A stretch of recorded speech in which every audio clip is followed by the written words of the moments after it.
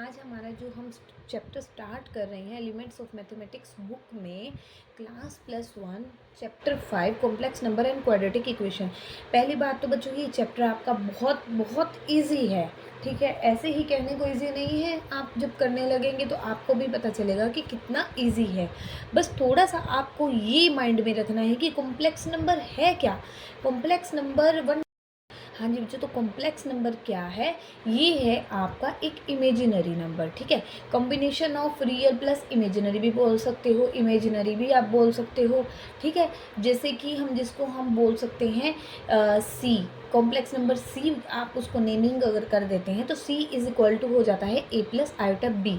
ए part हम लेकर के चलते हैं कि ये रियल पार्ट है, और प्लस आयोटा बी जो है, आयोटा बी पार्ट जो है वो आपको देता है एक इमेजिनरी पार्ट, ठीक है। तो real plus imaginary is equal to हो जाता है आपका कॉम्प्लेक्स नंबर।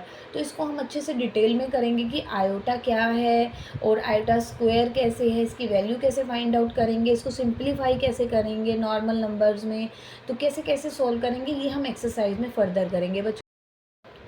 हाँ जी बच्चों, तो स्टार्ट करते हैं चैप्टर 5 कॉम्प्लेक्स नंबर, ठीक है। क्लास आप कर रहे हैं +1। तो इसमें सबसे पहले आपको पता होना चाहिए कॉम्प्लेक्स नंबर सी जो है वो किस फॉर्म में बनेगा। वो बनेगा आपका ए प्लस आयोटा बी फॉर्म में।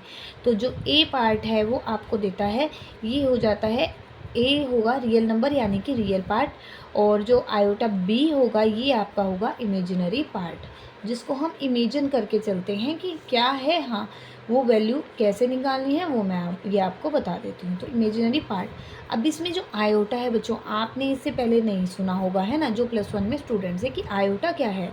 आयोटा जो होता है हमारा, जैसे स्क्वायर रूट हमारा 1 होता है बच्चों, उसकी वैल्यू हम फाइंड आउट कर सकते हैं। लेकिन आपने कभी सोचा है कि अगर स्क्वायर रूट के साथ माइनस का नंबर आ जाए, माइनस का जैसे इंटीजर, माइनस नेगेटिव इंटीजर आ जाए, तो आप क्या करेंगे? जैसे square root of -1, square root of -2, तो वो किस फॉर्म में लिखा जाएगा? वो लिखा जाएगा आपका आयोटा फॉर्म में, इमेजिनरी नंबर की फॉर्म में, यानी कि आयोटा। तो आयोटा स्क्वायर रूट ऑफ -1 के इक्वल, अगर मैं आयोटा स्क्वायर लूँ तो ये हो जाता है स्क्वायर रूट ऑफ, दोनों साइड स्क्वायरिंग कर दीजिए, स्क्वायर रूट कैंसिल, यानी कि ये आपको मिल जाता है -1। तो अगर मैं इसी तरह से आयोटा क्यूब लेती हूँ तो वो होता है आयोटा स्क्वायर इंटू आयोटा। तो आयोटा स्क्वायर आपने निकाला है -1, और ये आपके पास गिवन वैल्यू है स्क्वायर रूट ऑफ -1, तो ये जाता है माइनस स्क्वायर रूट ऑफ -1, ठीक है। जिसको आप ये भी बोल सकते हो कि अगर मैं यहाँ आयोटा का आयोटा ही रखूँ तो माइनस के आयोटा, तो आप इस फॉर्म में भी आयोटा क्यूब को बोल सकते हो, ठीक है। तो ये आपका हो जाता है आयोटा क्यूब, ये हो जाता है आपका आयोटा स्क्वायर, और ये आपका गिवन होता है स्क्वायर रूट ऑफ -1। क्लियर है बच्चों? इसी तरह से हम आयोटा 4, आप ये 4 तक पावर को अपने माइंड में लीजिए और पूरी एक्सरसाइज आप कर पाएंगे easily. Iota square into iota square कर देती हूँ। ज़्यादातर बच्चों हम इसको रियल फॉर्म में बनाने के लिए क्या करते हैं, अगर हमारे पास लार्जर पावर में आयोटा दिया जाता है तो उसको आप ट्राई कीजिए कि आयोटा 4 की फॉर्म में आप कन्वर्ट कर लो।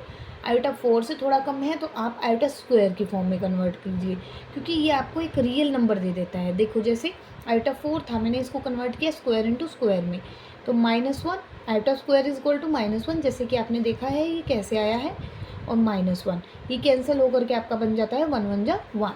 तो ये मैंने थोड़ा सा आपको कॉम्प्लेक्स नंबर, रियल, इमेजिनरी और आयोटा के बारे में डिटेल में बता दिया।